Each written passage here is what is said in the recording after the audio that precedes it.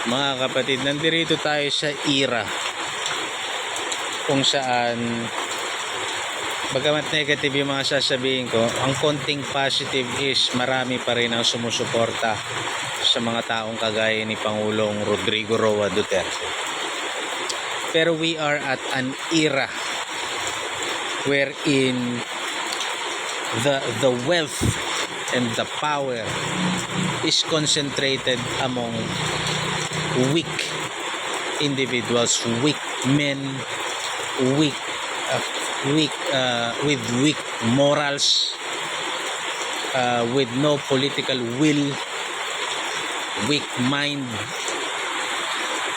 and credentials ang tinitignan, hindi character.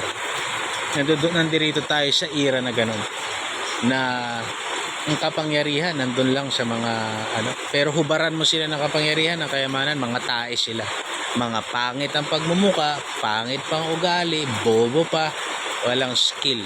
Nandoon tayo sa ganong era. Nagkataon lang na the wealth is concentrated sa kanila, nasa kanila ang kapangyarihan.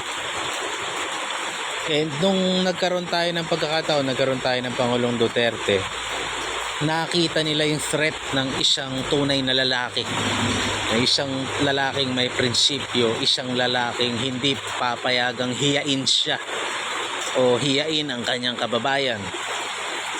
Kahit papaano nagkaroon ng konting pag-tilt ng balanse towards justice. Kasi ang konsepto naman ng justice ay yung pagiging patas .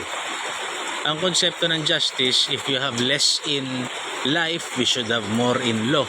Hindi pa nangyayari yun, pero kahit papaano medyo ng panahon ni Pangulong Duterte, yung mga busog na busog, medyo nabawasan yung kabusugan nila, bagamat mayaman pa rin sila.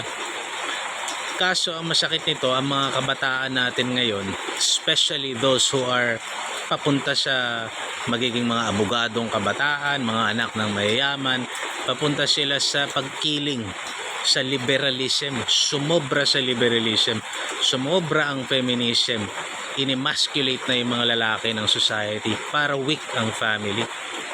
At yung mga lalaking naiwan na mga hindi emasculated, masyado silang busog ang kanilang ego, sila yung mga mahihina, sila yung mga ampaw, nagkataon lang na anak mayaman, hindi marunong lumaban ng parehas. So naroon tayo sa era na ganon. So I hope maibalik natin or magpunta tayo sa era kung saan celebrated ang mga lalaking may prinsipyo, mga taong may prinsipyo.